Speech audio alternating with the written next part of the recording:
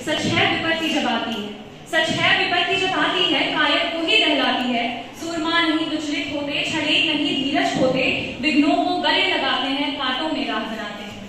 मुंह से न कभी उफ कहते हैं, मुंह से न कभी उफ कहते हैं, संकट का चरण न कहते हैं, जो आ पड़ता सब सहते हैं। उद्योग निरंतर रहते हैं, सूलों का मूल नचाते हैं, पर खुद विपत्ति पर छाते हैं, पर खुद विपत्ति पर छाते हैं। नमस्कार, मैं अनुषी यादव वीर बाल दिवस के उपलक्ष्य में आयोजित आज के परिसंवाद में आप सभी के समक्ष प्रस्तुत हूँ। स्वतंत्रता क्या है, राष्ट्र प्रेम किसे कहते हैं, त्याग और बलिदान की पराकाष्ठा क्या है, जानना है तो हमारे भारत को जानिए, भारत की भूमि, भारत के वीरों को जानिए। सिखों के 10वें गुरु गुरु गोविंद सिंह जी के साहिबजादों के शहादत को श्रद्धांजलि देने के लिए 26 दिसंबर को वीर बाल दिवस के रूप में मनाया जाता है। गुरु गोविंद साहब के 4 पुत्र थे, जिन्हें 4 साहिबजादों के नाम से जानते हैं, और आज उन्हीं साहिबजादों की एक दास्तान सुनेंगे जो ये सिद्ध करता है कि वीरता उम्र से नहीं जज्बे से आती है। 1675 के अंत तक मुगलों को शक्तिशाली सिखों का डर सताने लगा और परिणाम स्वरूप उन्होंने गुरु गोविंद साहब को मारने का षड्यंत्र रचा। सन 1705 में चंपौर के युद्ध में उन्होंने अपने 4 पुत्र खो दिए। उनके 2 बड़े बेटों ने युद्ध में हिस्सा लिया और आखिरी सांस तक जाबाजी से लड़े। उन्होंने गुरुवाणी की पंक्ति कि सूरा सो पहचानिए, सूरा सो पहचानिए, जो लड़े दीन के हे, पुरजा कट मरे, कबहू न छाड़ी थे, कबहू न छाड़ी थे, को सिद्ध कर दिया कि जान दे देंगे परंतु स्वाभिमान नहीं। सिरसा नदी के तट पर हुई लड़ाई में रास्ता भटके जोरावर सिंह उम्र 9 वर्ष और मात्र 6 वर्ष के फतेह सिंह को मुगलों के मुखबिरों ने पकड़कर वजीर खान के सामने पेश कर दिया। वजीर खान ने उनके समक्ष वही प्रस्ताव पेश किया जो कुछ वर्ष पूर्व गुरु तेग बहादुर जी के समक्ष रखा गया था कि यातना या खातना, चाहे इस्लाम अपनाओ या फिर मृत्यु को प्राप्त हो जाओ। जिसके जवाब में साहब जी ने बड़ी वीरता से कहा था कि हिंदू धर्म रखे जगमाही, कि हिंदू धर्म रखे जगमाही, तुमरे करे बिन से नहीं, तुमरे करे बिन से नहीं। उन्हीं के नक्शे कदम पर चलते हुए जोरावर सिंह ने जवाब दिया कि जिनके परदादा गुरु हरगोविंद सिंह जी हों, जिनके दादा गुरु तेग बहादुर जी हों और जिनके पिता गुरु गोविंद सिंह जी हों, उन्हें मृत्यु का कोई भय नहीं। हमारी मृत्यु उन लपटों को भड़का देगी जो सभी अत्याचारियों को इस भूमि से खदेड़ देंगी। इन वीर सपूतों को उनके सिद्धांतों पर अडिग देख मुगल सरकार ने उन्हें जिंदा दीवार में चुनवा दिया। गुरु जी के शब्दों को सच करने के लिए इन योद्धाओं ने इतनी बाली उम्र में अपने प्राण त्याग दिए। बलिदान, बलिदान सिखों की वो परंपरा है जिसे बड़ी शान से वे अपने माथे पर सजाए फिरते हैं, जिसके लिए मनोज मुंतशिर साहब ने लिखा है कि तलवारों पर सलवार दिए, कि तलवारों पर सलवार दिए, अंगारों में जिस्म जलाया है, तब जाके कहीं हमने सर पे ये केसरी रंग सजाया है। मैं चाहती हूँ कि ये केसरी रंग मां भारती के शीश पर यूं ही सजा रहे, हमें अपनी गुरुओं और उनके लालों के बलिदान का स्मरण रहे और उनके पढ़ाई पाठ हमेशा हमारा मार्गदर्शन करते रहे और भारत के सपनों के किले ढहते रहे। अपनी स्वरचित पंक्तियां प्रस्तुत करते हुए अपनी प्रस्तुति को यहीं सीमित करना चाहूंगी कि सर कटे या धड़ कटे, कि सर कटे या धड़ कटे, पर ना कभी ये प्रण छड़े, लिए रक्त में ज्वाला में विजय राह पर चल बढ़े। है सत्य की शक्ति यहाँ, है सत्य की शक्ति यहाँ, साहस और स्वाभिमान भी, अपनी धरा धर्म जिसका, मानवता ही कर्म जिसका, वो वीर सहसा अड़ी रहा, सिद्धांतों पर सदृढ़ रहा, कुल का मान बढ़ा गया, भूमि पर सरताज चढ़ा गया। प्राण गए पर वचन नहीं, कि प्राण गए पर वचन नहीं, जान गई पर मान नहीं, धरती की शान अमल किया, कुल की वाणी पर अमल किया, छोड़ गए ये भूमि मगर सब हृदयों में खुद को अमर किया, सब हृदयों में खुद को अमर किया। धन्यवाद और आप सभी का धन्यवाद। यहाँ पर उपस्थित सभी देवियों, सज्जनों एवं गुरुजनों को नमस्ते, नमस्कार, प्रणाम। मैं आयुष कुमार पांडे आप सब के समक्ष प्रस्तुत हूँ ऐसी कहानी के साथ जिसे आपके टेक्स्ट बुक में नहीं पढ़ाया गया है। आज तक ना आपको यह इतिहास बताया गया है, ना ही शायद आपको किसी ने ऐसी कहानियां सुनाई होंगी। तो चलिए शुरू करते हैं। सन 1705 गुरु गोविंद सिंह ने चंपौर का युद्ध जीतकर अपने किले में बैठे थे। रात का समय था, वो अपने 2 छोटे छोटे साहिबजादों को कहानियां सुना रहे थे। उसी बीच उन्होंने पूछा कि पिताजी सभी अपने दादाजी के साथ खेलते हैं, चाचा जी के साथ खेलते हैं, हमारे दादाजी और चाचा जी कहाँ हैं? उन्होंने कहा आपके दादाजी और चाचा जी तो अभी आसमान में सितारे बन गए हैं। तो वो उनकी कहानी जानने के लिए बहुत उत्सुक हुए। तब गुरु गोविंद सिंह बताते हैं सन 1675 में गुरु तेग बहादुर के पास कुछ काश्मीरी पंडित आते हैं। उन्होंने बताया कि उनके ऊपर इतना जुल्म किया जा रहा है औरंगजेब के द्वारा कि वो सह नहीं सकते। इस समय उन्होंने औरंगजेब ने 1675 में वहां पे होने वाले सभी हिंदू त्योहारों को भारत में रोक दिया। उन्होंने होली रोकी, दिवाली रोकी, दशहरा रोका और तो और विश्वनाथ का मंदिर तोड़ा, अयोध्या तोड़ा और हिंदुस्तान को मुगलिस्तान बनाने के सपने देखने लगे। उस समय के लिए पंक्ति मैंने लिखी है, ये ना यहाँ दिवाली होगी, ना भगवान होगा, ना कोई मंदिर होगा, ना कृष्ण और राम होगा, ना ये कायनात मुगलों का था, ये मुगलों के नाम होगा। इस मुल्क का नाम आर्यभट्ट नहीं मुगलिस्तान होगा, आर्यभट्ट नहीं मुगलिस्तान होगा। पर यह सब करके भी औरंगजेब का मन न भरा, वह काश्मीरी पंडितों की तरफ लपक पड़ा, क्योंकि काश्मीरी पंडित उस समय ऐसे थे जो अपने धर्म को कभी छोड़ नहीं सकते थे। औरंगजेब ने उनके सामने प्रस्ताव रखा, इस्लाम या मौत। तो उन्होंने क्या कहा, जाति से ब्राह्मण और सनातन के पुजारी हैं, जाति से ब्राह्मण और सनातन के पुजारी हैं, इसी से हमारा जन्म हुआ, इसी में मौत हमारी है, इसी से हमारा जन्म हुआ, इसी में मौत हमारी है। इसके बाद औरंगजेब ने कत्लेआम शुरू कर दिया। कोई आग की भट्टी में झोंका गया, तो कोई पानी में डुबोकर मार दिया गया, खून की नदियां बह गई। उसके बाद वो सब अपने पहुंच गए काश्मीरी पंडितों के। काश्मीरी पंडित गुरु तेग बहादुर के पास चले गए।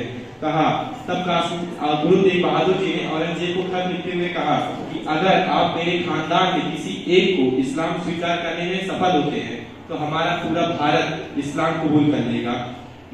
फिर उसके बाद वो आगरा के लिए निकल गए, क्योंकि वह आगरा को ही राजधानी औरंगजेब ने बनाया था।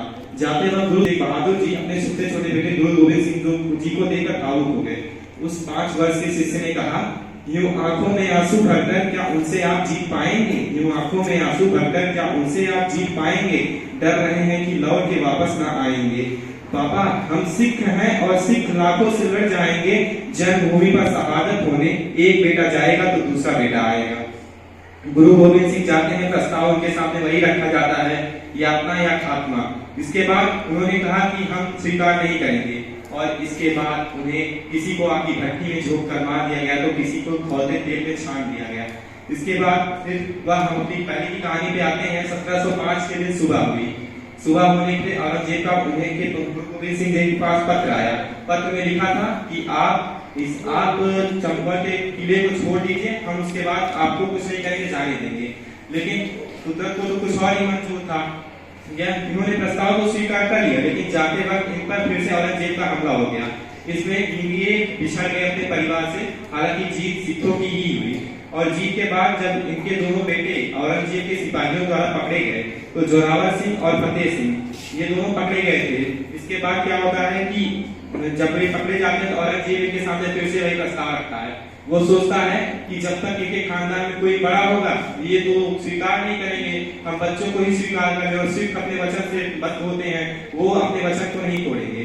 तब इन्होंने क्या किया कि उनके सामने वही प्रस्ताव रखा।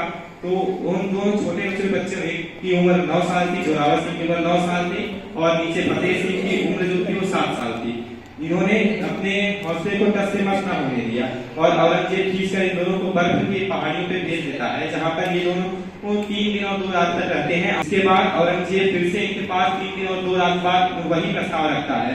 तो ये बच्चे कहते हैं, न खजाने के शौक है, न खजाने के शौक से, न तलवार की नोक से, दम न टूटेगा हमारा तुम मुगलों के खौफ से। है हिम्मत तुझसे तो कर हमारे हौसले को मिटा के दिखा, है हिम्मत तुझमें तो हमारे हौसले को मिटा कर दिखा। है सच्चा मुगल तो सनातन को झुका के दिखा, है सच्चा मुगल तो सनातन को झुका कर दिखा। औरंगजेब खींचकर दोनों को दीवार में चिनवाने का आदेश देता है।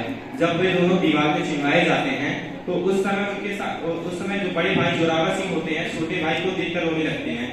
छोटे भाई के गले तक दीवार पहुंच चुकी थी।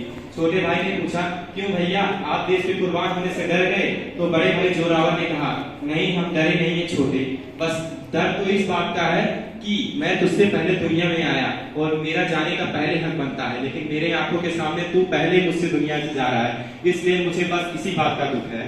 तो वो कहते हैं कि लगता है आप मुझसे जल रहे हैं, फतेह सिंह ऐसा कहते हैं। इसके बाद उन दोनों को दीवार में चुनवा दिया जाता है। दरअसल उस रात जब वो कहानी सुना रहे थे, तो वहां पे उस समय जो फतेह सिंह ने पूछा था कि पिताजी, जब लक्ष्मण श्री राम जी से पूछते हैं जन्मभूमि में ऐसा क्या है जो सोने की लंका आप त्याग रहे हैं? तो श्री राम जी कहते हैं, जननी है जन्मभूमि उस पर मुझे अभिमान है, जननी है जन्मभूमि उस पर मुझे अभिमान है। गोद में है जिसके स्वर्ग वो पूर्वजों की शान है, गोद में है जिसके स्वर्ग वो पूर्वजों की शान है। साधुओं की यज्ञ भूमि देवों की जो कर्म भूमि है, साधुओं की यज्ञ भूमि जो देवों की कर्म भूमि है। गंगा का पावन नीर है जहाँ काम खेल का क्षीर है, जहाँ है माँ की ममता, जहाँ पिता के कर्मों के निशान है, जहाँ हर नारी में देवी हर नर में भगवान है। मुझे उस जन्मभूमि पर अभिमान है, वह भूमि हिंदुस्तान है, वह भूमि हिंदुस्तान है। जय हिंद। सुप्रभात, मेरा नाम कीर्ति यादव है और मैं आप सबके समक्ष इस वीर बाल दिवस के उपलक्ष्य में अपनी स्वरचित कविता जो इसके इतिहास को भी बताता है वो सुनाना चाहती हूँ। 26 दिसंबर 1705 को मुगलों द्वारा इंसानियत का विनाश है, 2 नन्हे बालकों के वीरता और बलिदान का इस दिन में छिपा एक क्रूरता का इतिहास है। 10वें गुरु सिखों के थे जो गुरु गोविंद सिंह नाम से जाने जाते, खालसा की स्थापना की जिन्होंने, एक गुरु और साहसी योद्धा माने जाते। उन्हीं गुरु गोविंद सिंह के महान पुत्र अपने पिता की तरह जो वीर थे, शहादत मंजूर पर झुकना नहीं, सचमुच वह तो धीर वीर गंभीर थे। बड़े वीरता के साथ वो बोले, सत्य से हम मुंह मोड़ेंगे, मर जाना मंजूर है हमें, पर सिख धर्म ना छोड़ेंगे। फिर मुगल गवर्नर वजीर खान ने एक क्रूर हिंसक अपराध किया, दूसरा धर्म न भूलने के गुनाह में उन्हें जिंदा दीवार में चुनवा दिया। जोरावर सिंह और फतेह सिंह एक वीरता का पहचान छोड़ गए और मात्र 9 तथा 7 वर्ष में दुखद एक बलिदान दे गए। इस क्रूरनेस को देखते ही तुरंत मां का निधन हो गया। जिंदा पुत्र की मृत्यु सुनकर आंख पिता का भी नम हो गया। बालक होकर भी दोनों भाइयों ने अपने धर्म को न झुकने दिया, पिता के मार्ग पर चल करके नाम अपना अमर कर दिया।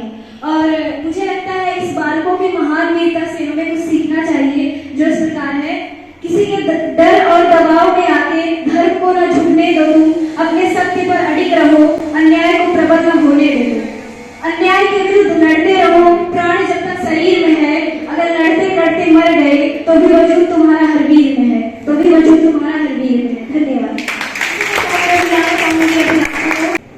बखान करूं क्या भारत माँ का, बखान करूं क्या भारत माँ का, गुणगान करूं क्या भारत माँ का। अरे वो मेरे भारत माँ के माटी का अंदाज निराला है, हिंदू मुस्लिम सिख ईसाई सबको अपने आंचल में पा है।